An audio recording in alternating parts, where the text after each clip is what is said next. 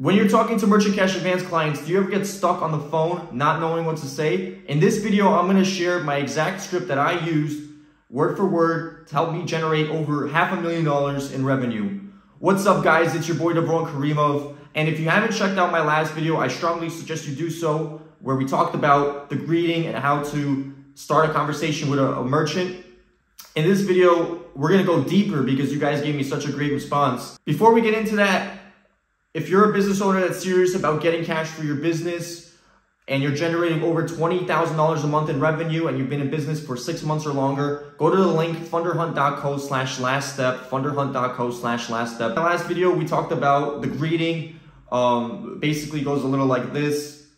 Hey, Mr. Business Owner, did you get the additional capital you were looking for, or are you in the market? And we can use those words interchangeably with working capital, funds, etc. Now that you know that the business owner is looking for money, where do you go from here? So what I do is I typically find out how much they're looking for right away, and okay, great, I'm looking for, let's say, 50,000, right? So now I go into how much did you do last month in revenue? Immediately, that's the next question that I ask. Almost 95% plus of the time, that's the next question I ask. And again, we talked about this, but I'm gonna just say it again. The reason why we ask how much they're looking for is because later on in the conversation, we're gonna see if they can even get what they're asking for, or if it's just a waste of our time. Next question I go into is if I was able to get you additional capital, how would that be able to improve your business? What would you be able to do that to improve your business? Reason I go into that is because I want to find out what they're using the money for. And if it's something that seems really urgent, then I know that this guy is more likely to get my cash advance, my funding, whatever I'm providing, right? So let's say his truck just broke down. This guy has 2 trucks generating him 20 grand a month, right? Let's say the business is a trucking company, and he's losing 20 grand a month because of this one truck being down. That tells me that this business owner has an immediate use for the funds, and they're more inclined to take funds for us. Back when I was starting my first office in New York, in Financial District, right across the street from World Trade Center, I had a mentor of mine come into our office and talk to us, and the way he put it was basically, when you're trying to find out how serious someone is, imagine that you are an underwriter that's just been given 100 grand, and your boss tells you, look, get this 100 grand out by the end of the week and I'll give you more, right? So as an underwriter, you're not going to be wasting your time talking to people that aren't serious, right? You got to get that cash out by the end of the week. You have quotas. That's the same thing that we're doing here.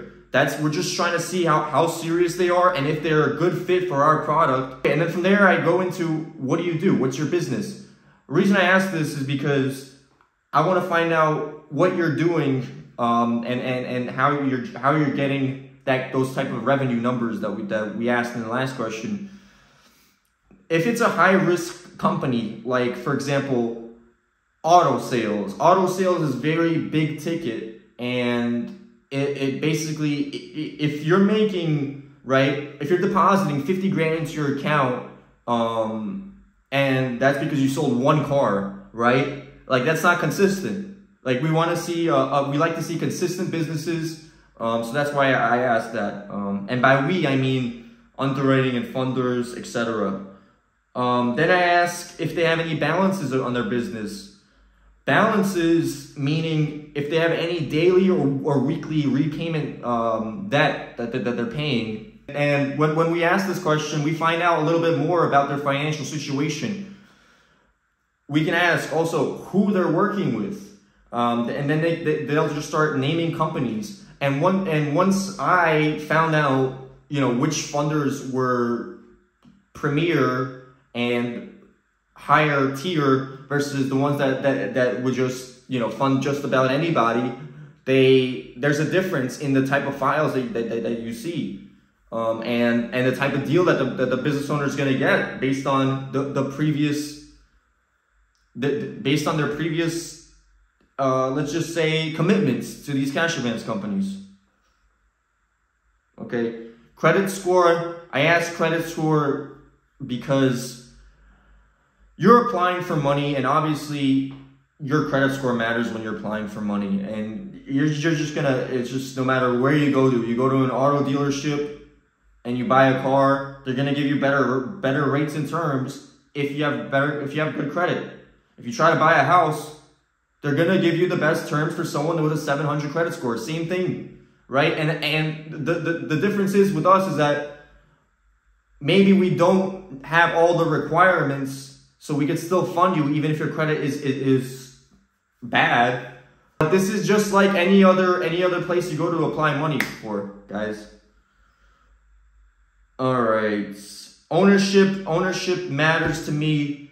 I want to make sure I'm dealing with the decision maker, the 100% owner of the company. And if there's partners involved, that's fine too. But it makes me feel more comfortable working with someone if I know they're the 100% owner, and at the end of the day, they're going to be the ones to tell me yes or no if they're going to take the deal or not. How long have you been in business? It's not one of the most important questions, because as long as you have $20,000 a month in revenue and you've been in business for at least 3 months, you have 3 months business bank statements, there's a good chance you're going to get funded.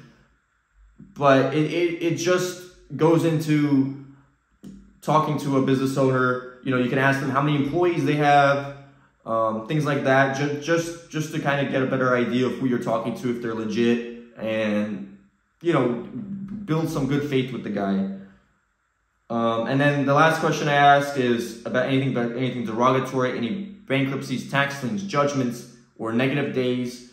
All of these things can kill a deal, and they most likely will kill the deal if you have these things, a lot of these things, okay?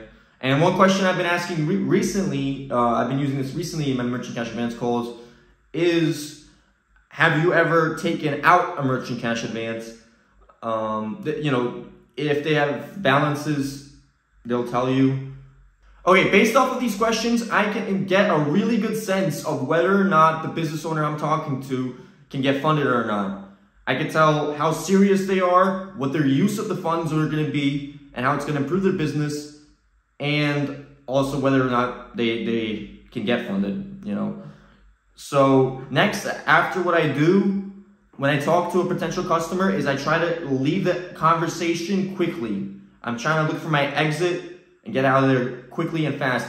You know, sometimes I get blamed for hanging up the phone too quickly while someone's talking, but it's really not that I'm hanging up on them. I just have my phone hovering over the end call button, and then it hangs up sometimes. So if I ever hang up on you, you know, I didn't mean to do that. Okay, now we're gonna talk about how we can get out of the conversation and close. But before we do that, if you guys are enjoying the video, make sure you hit a like on this video for the YouTube algorithm, and subscribe if you're new to my channel. Yes, at this point, I just go ahead and close once I know I'm talking to a potential customer. And the way I do it might sound something like this. All right, so based on what you're telling me, I think we could definitely get you a significant amount of money. Here's what I'm gonna do. I'm gonna send you an email. All I need back from you is my application and the last 3 months bank statements. I have your email here as their email. Is that right? Okay, great. So as soon as you get that back to me, it'll take me a few hours to generate approvals. And if you have any questions, this is my direct line. And once again, my name is Davron.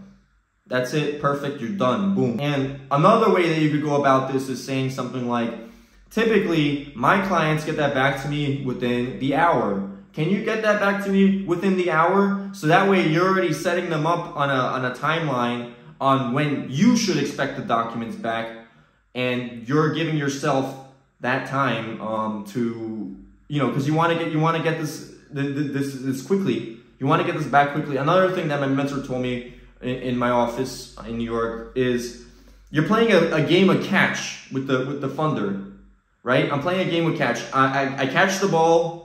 Or no, hot potato, excuse me. I'm playing hot potato with the funder.